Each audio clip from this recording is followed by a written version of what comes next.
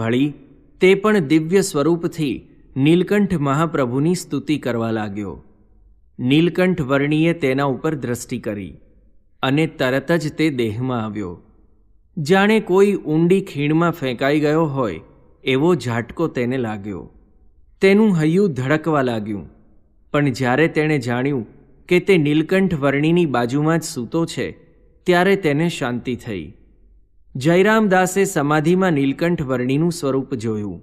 અક્ષરાધીશ પરબ્રહ્મ પુરુષોત્તમ તેને આજે આ વર્ણી સ્વરૂપે ભેટી ગયા હતા.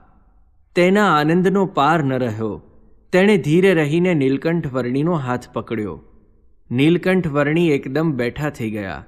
જયરામ પણ તરત જ બેઠો થઈ ગયો. નીલકંઠ વર્ણીએ તેને પૂછ્યું, જયરામ, બીક લાગે છે? જયરામે આંખમાં આંસુ સાથે કહ્યું, હા મહાપ્રભુ, બહુ જ બીક લાગે છે કે તમે છૂટા પડી જશો તો. નીલકંઠ વર્ણીએ તેને ખભે હાથ મૂકીને કહ્યું, જયરામ, જેને અમારો સંબંધ થયો છે તેને અમે કદી છોડતા નથી. તું મૂંઝાઈશ નહીં.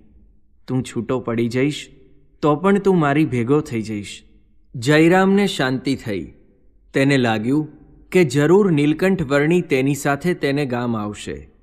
નીલકંઠના દિવ્ય સ્વરૂપના દર્શન કર્યા પછી અને તે દિવ્ય સુખનો અનુભવ કર્યા પછી પણ તેના અંતરમાં હજુ ઘર, માતા પિતા, સંબંધીઓના સ્નેહનું બંધન ઢીલું ન થયું.